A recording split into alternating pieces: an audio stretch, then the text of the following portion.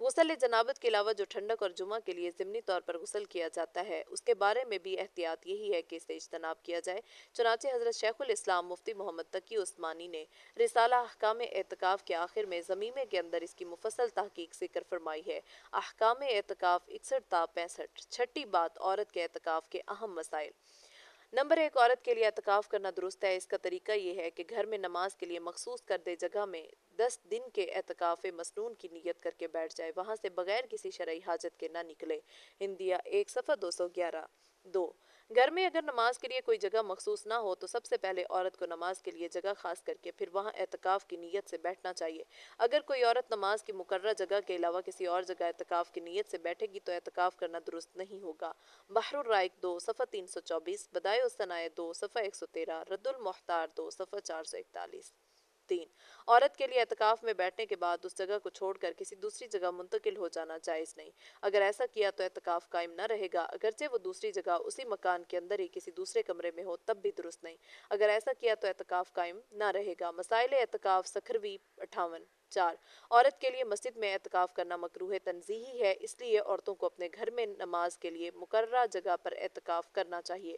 رد المختار 2 صفحہ 441۔ 5، عورت جب کہ وہ شادی شدہ ہو تو اس کے اعتکاف کے لیے یہ ضروری ہے کہ وہ شوہر سے اجازت لے، اس لیے کہ شوہر کو بیوی سے استمتاع کا حق حاصل ہوتا ہے، لہٰذا وہ اس حق کے فوت ہونے کی وجہ سے بیوی کو اعتکاف میں بیٹھنے سے منع کر سکتا ہے، البتہ اسے بلا وجہ منع کر کے عورت کو اعتکاف سے محروم نہیں کرنا چاہیے اور اجازت دے دینی چاہیے۔ بدائع الصنائع 2 108 109، رد المختار 2 441، احکام اعتکاف عثمانی 59۔ 6، شوہر کی اجازت سے عورت اگر اعتکاف میں بیٹھ جائے تو اس کے بعد شوہر کے لیے بیوی کو منع کرنا درست نہیں، اگر منع کرے گا تو بیوی کے ذمہ اس کی تعمیل واجب نہیں۔ بدائع الصنائع 2 صفحہ 109، رد المختار 2 صفحہ 441، احکام اعتکاف 59۔ 7، معتکف کے لیے اعتکاف کے دوران ہم بستری کرنا یا دوائی قربت جیسے بوس و کنار کرنا وغیرہ درست نہیں۔